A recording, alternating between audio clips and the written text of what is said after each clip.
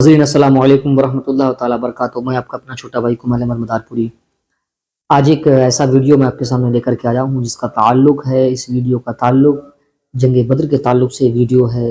ہمارے پیر و مرشد مفتی سلمان اطہری صاحب قبلہ نے جنگ بدر کا پورا نقشہ بیان کیا ہوا ہے کہ صحابہ کس طریقے سے حضور پر جانوں کو نچھاور کر رہے تھے جنگ بدر میں، اور اسی جنگ میں ابو جہل، عتبہ، شیبہ، یہ سارے بڑے بڑے کفاران مکہ مارے گئے تھے۔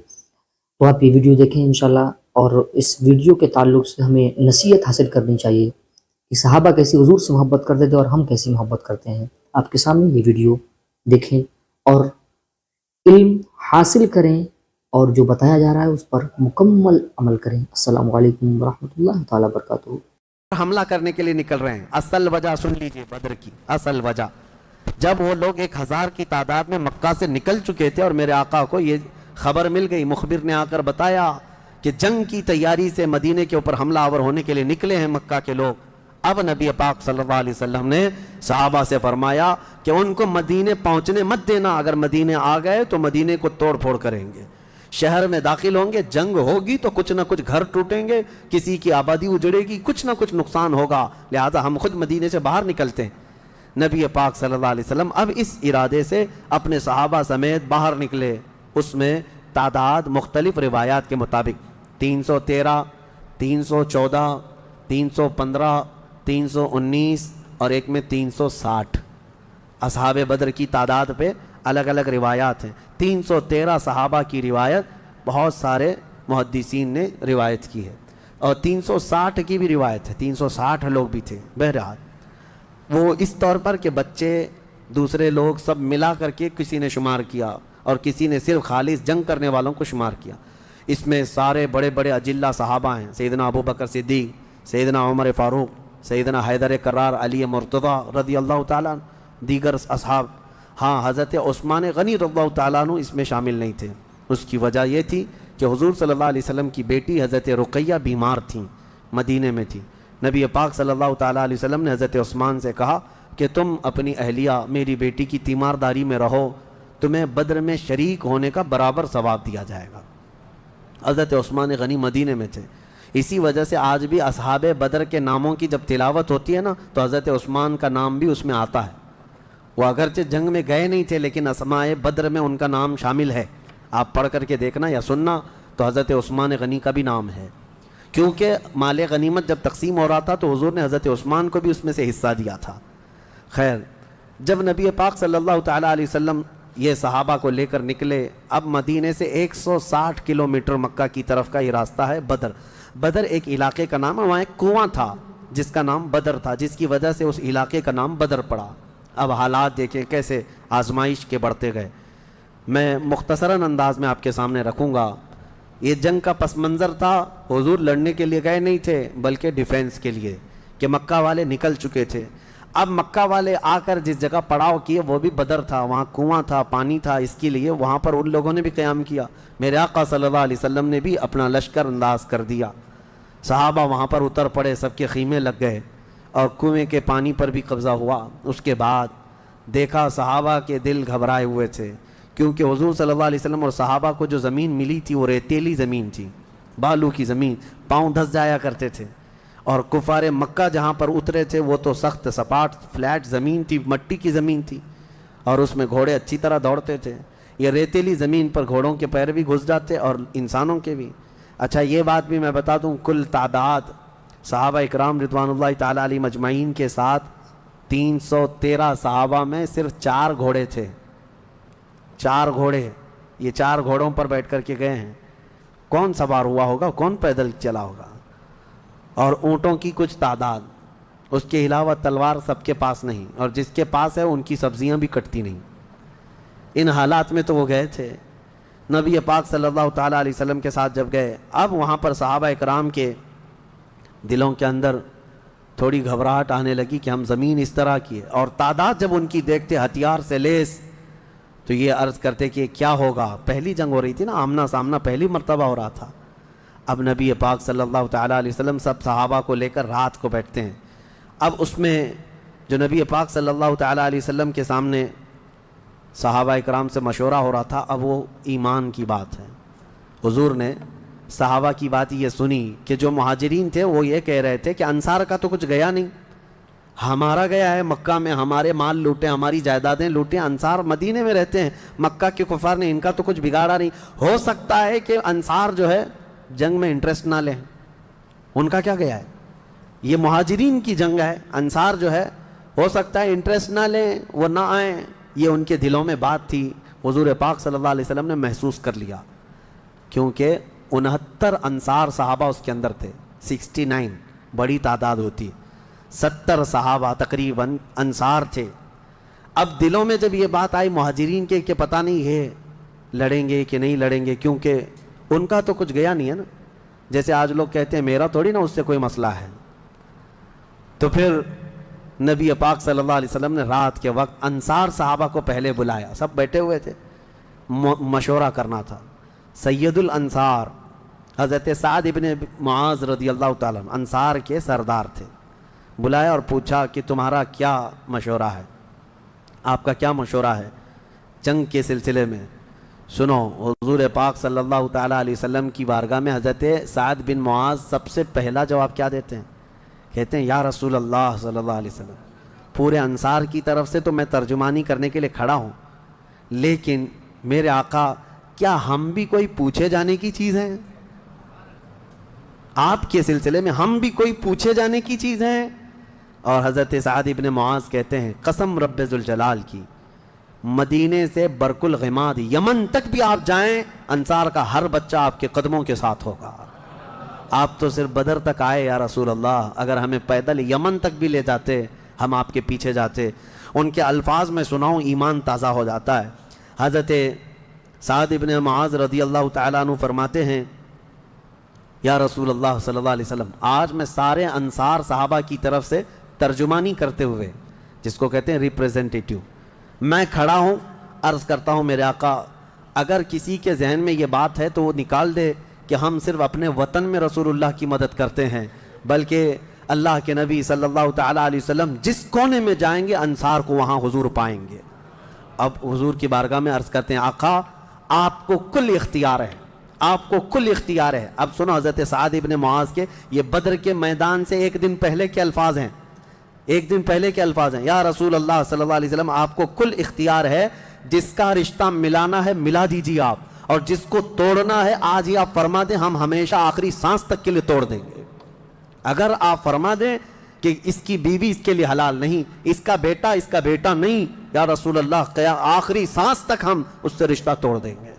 یہ بدر میں جانے سے پہلے حضرت سعد ابن معاذ کہتے ہیں جس کا رشتہ آپ ملانا چاہیں میرے آقا ملا دیں، اور جس کا ختم کرنا چاہتے ہیں توڑ دیں، اور جس کو موجودہ حالات میں رکھنا چاہتے ہیں میرے آقا پسند فرما لیں، اور ہمارے مال آپ کے لیے حاضر ہیں یا رسول اللہ، اور ہمارے جس قدر منشا ہو قبول فرمائیں۔ ہاں حضرت سعد ابن معاذ کہتے ہیں ہمارے پاس جو کچھ بھی ہے یا رسول اللہ یہ ہمارا مال حاضر ہے۔ اب یہ دیکھو ادب کے الفاظ، حاضر ہے یا رسول اللہ، جتنا آپ کو چاہیے ہمارا پورا مال قبول کر لیں اور جتنا چاہے چھوڑ دیں، اور قسم رب ذوالجلال کی جو آپ نے چھوڑ دیا وہ دنیا کی سب سے بری چیز ہے ہمارے لیے، جو آپ نے قبول کیا وہ ہمارے لیے سب سے عمدہ چیز ہے۔ یہ بدر کے میدان میں حضرت سعد ابن معاذ رضی اللہ تعالیٰ عنہ کی تقریر چل رہی ہے، اور اس کے بعد حضور پاک صلی اللہ تعالیٰ علیہ وسلم کی بارگاہ میں یہ کہتے ہیں یا رسول اللہ قسم اس رب ذوالجلال کی جس نے آپ کو سچی نبوت کے ساتھ بھیجا، اللہ کی قسم اگر آپ ہمیں حکم دیں سمندر کو چیر کر نکل جانا ہے، رب ذوالجلال کی قسم یا رسول اللہ انصار کا ہر بچہ سمندر میں کود پڑے گا۔ یہ بدر سے پہلے کی تقریر۔ اب ان کی تقریر سن کر حضور بڑے خوش ہوئے، میرے آقا صلی اللہ تعالیٰ علیہ وسلم نہایت ہی خوشی کا اظہار فرماتے ہیں، اور اس کے بعد پھر حضرت مقداد بن اسود ایک صحابی ہیں کھڑے ہوتے ہیں، پوچھا یا رسول اللہ صلی اللہ علیہ وسلم آپ صحابہ سے مشورہ لے رہے ہیں کس بات کا؟ کہا جنگ ہونا چاہیے نہیں ہونا چاہیے؟ حضرت مقداد بن اسود کہتے ہیں یا رسول اللہ ہم بنی اسرائیل نہیں ہیں جنہوں نے موسیٰ علیہ السلام سے کہا تھا اے موسیٰ آپ اور آپ کا خدا جائیے قوم جبارین سے لڑیے، ہم یہاں بیٹھ کے دیکھیں گے۔ نہیں یا رسول اللہ ہم امت محمدیہ ہیں، جہاں میرے آقا کا پسینہ گرے گا ہم سب کا خون کا قطرہ وہاں گرے گا، جب تک ہمارے جسم میں آخری قطرہ بھی خون کا باقی ہے ہم میں سے کوئی پلٹنے کا تصور بھی نہیں کرتا۔ یہ رسول پاک صلی اللہ علیہ وسلم کے چہیتے صحابہ کی تقریریں تھیں۔ سب کے جذبے جوان تھے, کوئی لوٹنا نہیں چاہتا, کوئی پلٹنا نہیں چاہتا. اب صحابہ کو باہر کر کے حضور خیمے میں چلے گئے. اب سنو, حضور پاک صلی اللہ تعالیٰ علیہ وسلم جیسے ہی خیمے میں گئے, جہاں آج مسجد عریش بنی ہے, اس کو عریش کہا جاتا حضور کے خیمے کو, حضور سجدے میں گر گئے. سجدے میں گرنے کے بعد نبی پاک صلی اللہ تعالیٰ علیہ وسلم اتنا گریہ وزاری کر رہے تھے, اتنا رو رہے تھے سجدے میں حضور پاک صلی اللہ علیہ وسلم. اور جو صحابی ان کی خدمت میں کھڑے تھے وہ کہتے ہیں نبی پاک صلی اللہ تعالیٰ علیہ وسلم کی الفاظ میں سن رہا تھا ابتحالات کو, عرض یوں کر رہے تھے, اے اللہ ایک چھوٹی سی فوج, ایک چھوٹی سی جماعت تیرے دین کی نصرت کے لیے میدان میں اتری ہے. اے اللہ اگر اس جماعت کی تو کل مدد نہ کرے گا تو قیامت تک اس روئے زمین پر کوئی سجدہ کرنے والا نہیں آئے گا. اے اللہ قیامت تک کوئی تیری عبادت نہیں کر سکے گا. یہ محبوبانہ انداز ہے میرے آقا کا, یہ کوئی دھمکی نہیں ہے اللہ کو. رب تعالیٰ کی بارگاہ میں گڑ گڑانا کہ مولا اگر ان کی مدد نہیں کرے گا تو پھر کون تیری عبادت کرے گا. اور اس کے بعد اچانک حضور صلی اللہ علیہ وسلم اٹھے سجدے سے, پیشانی چمک رہی تھی اور حضور مسکرا رہے تھے. دو صحابہ کھڑے تھے, کہا یا رسول اللہ صلی اللہ علیہ وسلم آپ اتنی گریہ وزاری کرتے کرتے بھی مسکرانے لگے. کہا میرے رب نے میری ڈھارس بندھا دی, مبارک ہو, بشارت ہو, میں نے ابھی ابھی جبرائیل کو جنگی لباس پہن کر اترتے دیکھا ہے. جبرائیل امین آ گئے ہیں. وہ صحابہ دوڑے دوڑے گئے, باہر جا کر کہے مبارک ہو اللہ کے نبی کو مدد آ گئی ہے. ابھی رات کا حصہ گزرا نہیں تھا کہ بارش برسنے لگ گئی. میرے آقا نے فرمایا میرے صحابہ اللہ کی دوسری مدد آ گئی. صحابہ نے پوچھا یہ کیسے؟ کہا جاؤ میدان میں دیکھو, ریت کی زمین پر بارش ہوئی تھی تو ریت پوری جمع ہو گئی, مضبوط ہو گئی, اور کافروں کی زمین پر بارش برسی تو کیچڑ ہو گیا, ان کے پیر پھسلنے لگ گئے, ان کے گھوڑے بدکنے لگ گئے, اور صحابہ کے پیر ریت میں بالکل مضبوط جم کر رہ گئے. حضور نے فرمایا بارش بھی اللہ نے تمہاری مدد کے لیے نازل فرمائے. صبح اٹھتے ہیں, صبح ہوتی, حضور اکرم نہیں رات کے وقت ہی, ابھی رات کا وقت ہے, صحابہ کے دل کی تسلی کے لیے میرے آقا اپنے ہاتھ میں ایک چھڑی لے کر جاتے ہیں میدان میں. صحابہ پیچھے پیچھے ہیں, لکیر کھینچا, حضور نے فرمایا کل یہاں ابو جہل گر کے مرے گا. دوسری لکیر کھینچا اور کہا یہاں عتبہ مرے گا. تیسری لکیر کھینچ کر کہا یہاں شیبہ مرے گا. یہ بڑے بڑے پہلوانوں کے نام حضور گنا رہے تھے. صحابہ دل ہی دل میں خوش ہو رہے تھے, ان کا یقین کامل اتنا تھا نبی نے جو فرما دیا وہ ہو کر رہے گا. رات کے وقت ہی صحابہ کو یہ معلوم تھا ان کفار کے کتنے وکٹ گرنے والے ہیں, کتنے پہلوان زمین بوس ہونے والے ہیں, کتنے موت کی گھاٹ پہنچنے والے ہیں. صحابہ کو یہ معلوم ہو گیا تھا اور دل چوڑے تھے, سینے کشادہ تھے. صبح ہوتی ہے, نبی پاک صلی اللہ تعالیٰ علیہ وسلم ابھی اپنے خیمے میں تھے, عریش میں, میدان بدر کے خیمے میں تھے. ایک صحابی دوڑتے ہوئے آتے ہیں, آ کر کے بارگاہ مصطفیٰ میں عرض کرتے ہیں یا رسول اللہ صلی اللہ علیہ وسلم ہماری تعداد بڑھ گئی, ہماری تعداد بڑھ گئی. حضور پاک صلی اللہ علیہ وسلم سے وہ کہہ رہے ہیں پہلے کافروں کی تعداد اتنی زیادہ تھی, 1000 کی تعداد. صحابہ دیکھتے گھبرا جاتے, اور اس پر وہ کمینے کیا کر رہے تھے, رات بھر ناچ رہے تھے, گانے گا رہے تھے, کباب بھون رہے تھے, اور نعرے لگا رہے تھے جیت ہماری, جیت ہماری, جیت ہماری, جیت ہماری. ان کے الفاظ تھے, اشعار گنگنا رہے تھے, اور رات بھر کھانا پینا, رقص سرور, ڈھول باجے سب چلتا رہا. اور ادھر صحابہ عبادت میں مصروف ہیں, اللہ کی بارگاہ میں گڑ گڑا رہے ہیں. اور صبح جب ہوئی تو ایک صحابی دوڑتے ہوئے آئے, کہا میرے آقا ہماری تعداد بڑھ گئی ہے, 313 نکلے تھے لیکن میدان میں اب بہت زیادہ ہو گئے ہیں ہم لوگ. حضور پاک صلی اللہ علیہ وسلم نے فرمایا میرے چہیتے جاؤ, وہ ہماری تعداد نہیں, اللہ کے ملائکہ آ چکے, اللہ کے فرشتے آ چکے تمہارے اس فوج کے اندر. صحابہ کہتے ہیں جب میدان میں ہم اترے, اب یہ 17 رمضان المبارک جمعہ کا دن تھا, یوم البدر, یوم الفرقان جس کو کہتے ہیں. میرے عزیزو, اسلام کی عظیم تاریخ پنہاں ہے, اس میں عظیم تاریخ پنہاں ہے. نبی پاک صلی اللہ تعالیٰ علیہ وسلم کی طرف سے میدان بدر میں سب سے پہلے اترنے والے کون لوگ تھے؟ سب سے پہلے نبی پاک صلی اللہ تعالیٰ علیہ وسلم کی طرف سے حضرت امیر حمزہ رضی اللہ تعالیٰ, دوسرے حضرت ابو عبیدہ بن جراح, تیسرے حیدر کرار شیر خدا علی مرتضی رضی اللہ تعالیٰ عنہ. یہ تینوں حضرات اترے, اور ان کے مقابل میں جو کفار آئے تھے وہ اپنے اپنے وقت کے بڑے بڑے پہلوان تھے. بڑے بڑے پہلوانوں کو انہوں نے اتارا تھا میدان بدر میں, اور جب مقابلہ ہوا تو سب سے پہلا وار حضرت امیر حمزہ کا سامنے والے پر پڑا, وہ گاجر کی طرح کٹ کر گر گیا ایک ہی وار میں. حضرت ابو عبیدہ بن جراح زخمی ہوئے, سامنے والے سے تھوڑے زخمی ہوئے، پھر حضرت حمزہ نے وہ بھی محاذ سنبھالا اور ان کے مقابل کو بھی مار کر گرایا۔ ادھر حضرت علی کرم اللہ وجہہ الکریم کی عمر کم تھی، اس وقت ان کی عمر زیادہ نہیں تھی، 22 سال کی عمر یا 25 سال کے اس وقت کی عمر تھی حضرت علی کرم اللہ وجہہ الکریم کی۔ اس وقت حضرت علی جب آئے بالکل جوانی، یعنی 20-22 سال کی عمر، مولا علی کرم اللہ وجہہ الکریم نے اس سے جب مقابلہ کیا تو ذوالفقار حیدری نے ایسا ضرب لگایا کہ اس کی لوہے کی ٹوپی کاٹتے ہوئے 2 ٹکڑے ہو گئے۔ پہلی مرتبہ بدر کے میدان میں آواز آئی تھی سارے صحابہ کی اللہ اکبر، یہ نعرہ تکبیر تھا جو سب سے پہلے بلند ہوا۔ فرماتے ہیں اس آواز کی ہیبت ایسی تھی کہ کفار کے خیمے ہل گئے اور ان کی صفوں میں ہلچل مچ گئی، دہشت طاری ہو گئی۔ صحابہ کے اسی نعرے کو دیکھ کر علامہ اقبال نے شعر کہا تھا، یہ نکلے تھے مڑی ہوئی تلواریں لے کر، کٹی ہوئی اور زنگ آلود تلواریں لے کر جن سے سبزی نہیں کٹتی تھی، لیکن جب نعرہ لگائے تھے اللہ کی مدد ایسی آئی تھی کہ یہ سب زمین بوس ہو گئے دشمن۔ اقبال نے کہا تھا کفر دم توڑ دے گا ٹوٹی ہوئی شمشیر کے ساتھ، کفر دم توڑ دے گا ٹوٹی ہوئی شمشیر کے ساتھ، گر تم نکلا جاؤ ایک بار نعرے تکبیر کے ساتھ۔ یہ انہی صحابہ کا نعرہ تھا جب انہوں نے پہلی مرتبہ بلند کیا۔ یہ لڑائی چلتی رہی شام تک، شام ہونے نہ پائی، دوپہر تک اس لڑائی کو پہلے ایک بعد دیگرے، اس کے بعد پھر گھمسان کی لڑائی ہوئی۔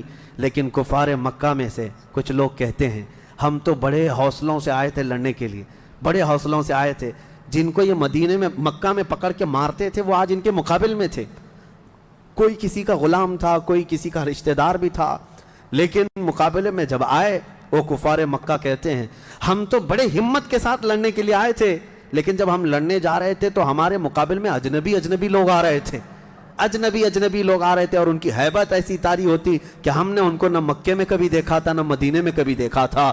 یہ وہ بدری ملائکہ تھے جو جبرائیل امین کی سپہ سالاری میں آئے تھے۔ اب یہاں ایک بات میں بتانا چاہتا ہوں، ایک فرشتہ اتر جائے کافی ہے۔ آپ کو پتا ہے قوم شعیب جب نافرمانی کر رہی تھی تو اللہ تعالیٰ نے عذاب کیا بھیجا تھا؟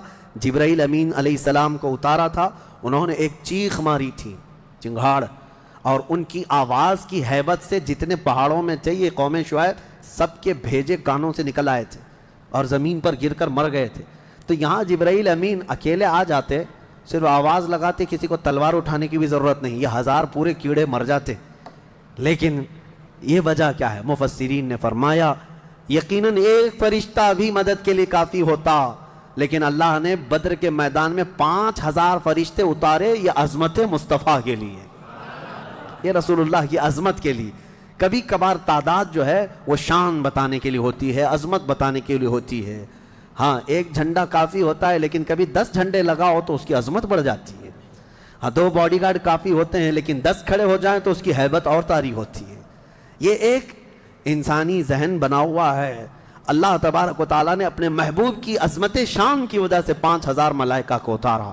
اب یہ جنگ ہوتی رہی، اس میں صحابہ تو لکڑیوں سے جنگ کرتے رہے، سب تلواروں سے نہیں، کچھ صحابہ تو لکڑیوں سے جنگ لڑتے رہے، اور لکڑیوں سے ہی کئی کو مار کے گرایا، اور 70 جو ہے موت کے گھاٹ اتر گئے، اور اس میں معمولی 70 نہیں تھے، بڑے بڑے گرو گھنٹال تھے، جتنے بھونکتے تھے مکہ میں بیٹھ کر۔ ابو جہل مر گیا، حضرت بلال حبشی کا آقا امیہ بن حرب وہ مر گیا، اور کئی ایسے بڑے بڑے عتبہ شیبہ جیسے بڑے بڑے کافر، یہ سب کے سب موت کے گھاٹ اتر گئے۔ بدر کی ایک لڑائی ایسی کہ اچھوں کی جڑ کاٹ کر رکھ دیا۔ اب یہاں پر حضور پاک صلی اللہ تعالیٰ علیہ وسلم کا رحم بھی دیکھیں، حضور ملاحظہ فرما رہے تھے، جب امیہ گر کر زخمی ہوا تھا، حضور نے جو صحابی لڑ رہے تھے کہا کہ روک دو اس کو۔ امیہ جو لڑ رہا تھا وہ بڑا ہٹا کٹا پیسہ والا مکہ کا بڑا آدمی تھا، تو جو صحابی لڑ رہے تھے انہوں نے گرا دیا، وہ زخمی ہو کر گرا، حضور نے فرمایا چھوڑ دو اس کو، وہ صحابی ہٹ گئے۔ حضور نے فرمایا بلال حبشی کو بلاؤ۔ بلال کہاں ہے؟ بلال آئے، کہا اے بلال آؤ، جتنا اس نے تڑپایا تھا خوب آج تم بدلا لو اس کے ساتھ، کیونکہ یہی وہ تھا جو حضرت بلال کو ایک ڈرم میں ڈال کر دن بھر رکھتا تھا، لوہے کی ایک ٹاکی بنا کر اس میں ڈال کر اوپر سے ڈھکن ڈال کر گرم دھوپ میں ان کو ایسی رکھ دیتا تھا، بغیر کھانا پانی دیے شام تک ان کو کھولا جاتا تو ان کا جسم پورا اجمرا ہو جاتا تھا۔ ان کی پیٹھ ایسی گل گئی تھی انگاروں میں سلانے کی وجہ سے کہ ریڑھ کی ہڈی دکھتی تھی۔ یہ حضرت بلال کے ساتھ کیا تھا۔ حضرت بلال حبشی نے مار کر اس کو ختم کیا۔ عدو اللہ، اور حضرت بلال مارتے وقت کیا کہہ رہے تھے یہ بھی سنیے، یہ صحابہ کا جذبہ ہے۔ کہتے ہیں اس کو قتل کیا اور یوں کہا انت عدو اللہ و عدو رسولنا، میں نے تجھے مار دیا ہے اس لیے کہ تو اللہ کا اور میرے حبیب کا دشمن تھا، یہ نہیں کہ مجھے تڑپاتا تھا، یہ نہیں کہ تو نے مجھے بہت مارا ہے اب چکھ لے مزہ۔ حضرت بلال یہ کہتے ہیں تو اللہ کا دشمن تھا اور میرے مصطفیٰ کا دشمن تھا، میں نے تجھے ختم کیا۔ یہ بدر کی وادی میں حضرت معاذ اور معوذ بن عفراء رضی اللہ عنہما، دو چھوٹے بچے، بچوں پر جہاد تو ہے نہیں لیکن یہ ضد کر کے اصرار کر کے حضور کے پاس آئے تھے، کہا ہمیں اجازت دے دے۔ میرے آقا نے ان کو اجازت دی تو یہ جنگ میں شریک ہوئے۔ حضرت عبد الرحمن بن عوف کہتے ہیں صاحب بڑے بڑے صحابہ، جنگ کے میدان میں نفسا نفسی کا عالم ہوتا ہے، اپنا ڈیفنس کرنا ضروری ہوتا ہے، کہاں سے تیر آئے کہاں سے تلوار آئے، لیکن یہ دو بچے اس طرح سے میدان میں ہیں کہ حضرت عبد الرحمن بن عوف سے کہتے ہیں چچا ہمیں ایک بات بتائیے، ابو جہل کس کا نام ہے؟ حضرت عبد الرحمن بن عوف کہتے ہیں میں ہنس پڑا، ان کی عمر 13 سال کے آس پاس کی تھی۔ کہتے ہیں یہ کیا کرو گے تم؟ وہ سردار قریش ہے، پہلوان ہے مکہ کا۔ ان بچوں نے کہا ہم نے دیکھا تو نہیں مگر سنا ہے اس خبیث کے بارے میں کہ وہ ہمارے آقا کو گالیاں دیتا ہے، وہ ہمارے نبی کو گالیاں دیتا ہے۔ یہ اصل محافظین مصطفیٰ تھے، محافظین ناموس رسالت تھے، نبی پاک صلی اللہ علیہ وسلم کی عزت کے لیے۔ میرے عزیزو یہ بچے کھیلنے کے لیے ضد نہیں کر رہے تھے، جان ہتھیلی پر لانے کے لیے ضد کر رہے ہیں۔ حضور پاک صلی اللہ علیہ وسلم کی بارگاہ میں آئے اور اس کے بعد حضرت عبد الرحمن بن عوف کہتے ہیں میں ابھی بات چیت کر ہی رہا تھا کہ ابو جہل سامنے گھوڑے پر بیٹھا جا رہا تھا، میں نے اشارے سے بتایا وہ دیکھو وہی مردود ہے جو گھوڑے پر جا رہا ہے۔ یہ دونوں بچے چیل کی طرح جھپٹ گئے اس کی طرف اور بھاگتے ہوئے اس کی طرف گئے۔ ابو جہل کو یہ ایکسپیکٹیشن ہی نہیں تھا، یہ امید ہی نہیں تھی کہ اس کے مقابل میں کبھی کوئی بچہ آ سکتا ہے۔ غرور و تکبر میں ہمیشہ وہ سوچتا تھا بڑے بڑوں سے ہی لڑنا ہے ہم کو، اور دیکھا تو چھوٹے بچے آئے، ایک بچے نے گھوڑے کی ٹانگ پر تلوار ماری، ابو جہل نیچے گر گیا، گھوڑا بھی گرا وہ بھی گرا، اور جیسے ہی گرا دونوں اس کے سینے پر چڑھ کر بیٹھ گئے، سینے پر چڑھ کر بیٹھ گئے اور گردن پر تلوار رکھی۔ تو جانتے ہیں ظالم یہ زمانے بھر کا بڑا گستاخ اور گستاخوں کا باپ کیا کہتا تھا، عربی میں شعر کہہ رہا ہے اس وقت، کہتا ہے میں عرب ہوں موت سے ڈرتا نہیں، میں عرب ہوں موت سے ڈرتا نہیں، لیکن افسوس مجھے اس بات کا ہے کہ میرے مقابل کا آیا نہیں۔ اس کو افسوس یہ ہے کہ مجھے کوئی پہلوان نے مارا نہیں، مجھے چھوٹے بچے مار رہے ہیں۔ اور بعض لوگوں نے کہا کہ اس کی یہ خواہش تھی، کہا کاٹنا ہے تو گردن تھوڑا نیچے سے کاٹو، کیونکہ سب کٹے ہوئے گردنیں رکھی جائیں تو میری گردن تھوڑی اونچی دکھے۔ غرور و نخوت کبھی نہیں جاتا، گھمنڈ و تکبر کبھی نہیں جاتا۔ ان بچوں نے ختم تو کر دیا ابو جہل کو، اور مشہور ہے کیا ہی بہترین کہا، ہم جیسے لاکھوں کروڑوں کی جوانیاں ان بچوں کے قدموں پر قربان ہوں، ہم ان کے ناخنوں تک بھی نہیں پہنچ سکتے جنہوں نے دفاع کیا ہے، ڈیفنس کیا ہے میرے مصطفیٰ کی عزت کا۔ اوروں نے کافروں کو مارا ہوگا، ان بچوں نے تو پورے کفر کو مارا ہے۔ اوروں نے جاہلوں کو مارا تو انہوں نے ابو جہل کو مارا ہے، جہالت کے باپ کو مارا ہے۔ اسی جنگ میں شہزادے حضرت معاذ کا مونڈھا کسی کافر نے مار کر کے ختم کر دیا، تلوار سے کندھے کو مار دیا، لیکن جذبہ ختم نہیں ہوا۔ اس بچے نے دوسرے ہاتھ میں تلوار لی اور لڑنا شروع کیا، اور اپنے ہاتھ کو پیر میں دبا کر کھینچ کے نکال دیا۔ یہ زیادہ دیر تک نہیں، یہ دونوں شہزادے لڑتے رہے میدان بدر میں۔ شام سے پہلے پہلے دونوں بچے بھی شہید ہوئے، حضرت معاذ بھی شہیدوں میں ہیں، حضرت معوذ بھی شہیدوں میں ہیں۔ کس باپ کے یہ بیٹے تھے، کس گھر میں آنکھیں کھولی تھی انہوں نے، جہاں ماں کو قرآن کی تلاوت کرتے سنا، باپ کو محراب عبادت میں دیکھا، اور گٹھی میں ان کے پلایا ہوا تھا عظمت مصطفیٰ۔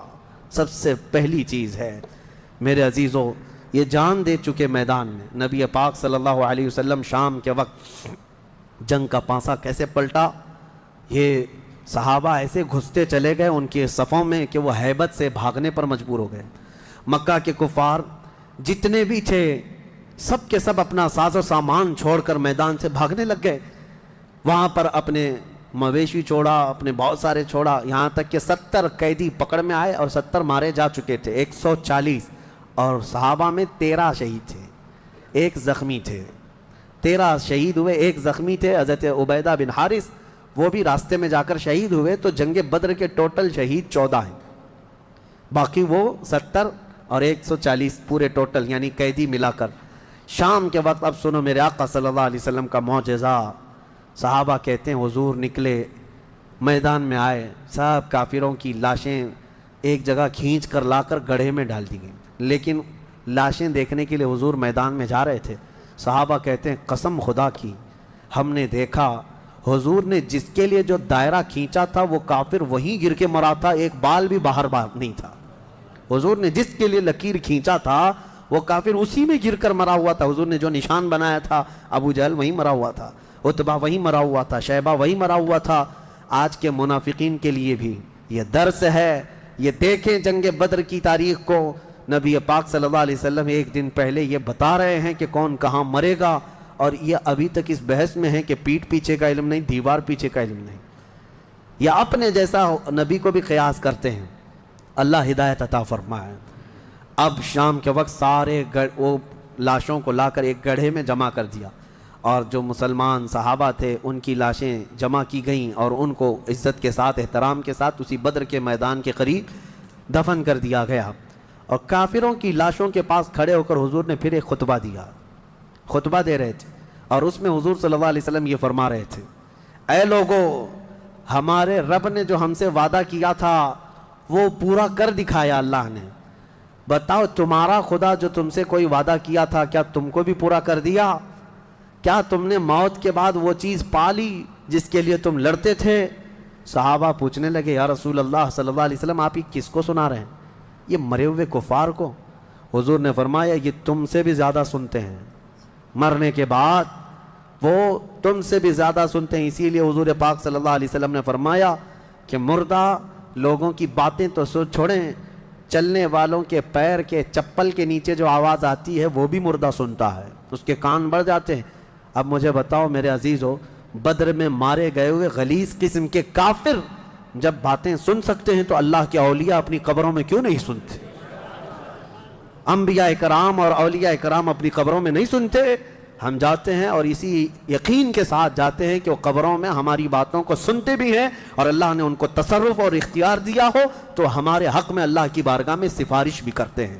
یہ ہے جنگ بدر، اس کا خلاصہ یہی ہے کہ وہ اگرچہ 313 نہتے تھے لیکن یقین کامل تھا۔ اسی کو اقبال نے کہا ہے، یقین محکم عمل پہ ہم، جہاد محبت فاتح عالم، جہاد زندگانی میں ہیں یہ مردوں کی شمشیریں۔ کہ یہ وہ صحابہ تھے، ان کے بارے میں وہ کہتے ہیں اللہ کے شیروں کو آتی نہیں روبائی، اللہ کے شیروں کو آتی نہیں روبائی، یہ لومڑی کی طرح نہیں رہتے بلکہ ان کا عزم حوصلہ بڑا جوان تھا، اور میدان میں اترے تھے تو نہ یہ تلواروں کے بھروسے آئے تھے نہ ہاتھی گھوڑوں کے بھروسے آئے تھے، بلکہ ان صحابہ کا صرف یقین یہ تھا اللہ ہمارے ساتھ ہے، رسول ہمارے ساتھ ہے۔ اے مومنوں، آج اس بدر کی تاریخ کے بعد میں آپ سے بھی یہی کہنا چاہوں گا، آج جتنے بھی ابو جہل ناچ رہے ہوں ان کو ناچنے دو اور پکار کر کہو ان اللہ معنا، بے شک اللہ ہمارے ساتھ ہے، بے شک اللہ ہمارے ساتھ ہے۔ آزمائش ہوگی، امتحان ہوگا، کچھ تو مریں گے کچھ تو کٹیں گے، لیکن غلبہ حق کا ہی ہوگا۔ حل الحق یعلو ولا یعلی علیہ، فرمایا گیا حق ہمیشہ بلند ہو کر رہے گا، اس کے اوپر کوئی غالب نہیں آئے گا۔ ہو سکتا ہے صدیوں تک اس کو کوئی پکڑ کر کے رکھے، حق کو گرفتار کر کے رکھے، لیکن کبھی بھی وہ اس طرح نیست و نابود نہیں کیا جائے گا۔ قیامت تک حق کو بلند ہونا ہے۔ اللہ کریم ہم سب کو حق جماعت کے ساتھ زندہ رکھے اور ہمیں غلبہ اسلام کا وہ سنہرا دور عطا فرمائے، جب ہم دیکھیں ہمارے ہر گھر سے آواز آئے لبیک یا لبیک یا لبیک یا